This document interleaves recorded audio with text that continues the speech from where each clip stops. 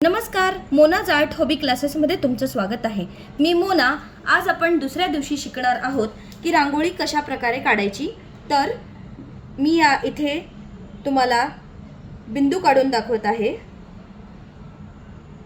तुम्हाला आता प्रॅक्टिस करायची आहे की लहान बिंदू, मोठा बिंदू, सगळ्यात मोठा बिंदू हे कसं काढायचं याची प्रॅक्टिस करायची आहे।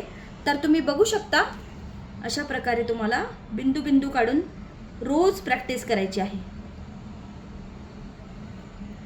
आता मी यापेक्षा थोडासा मोठा बिंदू ड्रॉ करते।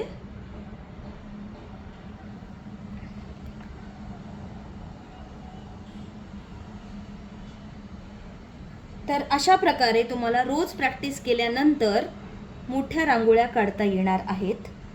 तर बिंदू हा प्रकार रोज प्रॅक्टिस करण्यासारखा असतो आणि तो केलाच पाहिजे। तर तुम्ही बघू शकता की इथे मी 3 नंबरचा मोठा बिंदू काढला आहे। यावरती जो पॉइंट येतो हा खूप महत्त्वाचा असतो, कारण जर तुमचा पॉइंट येत नसेल की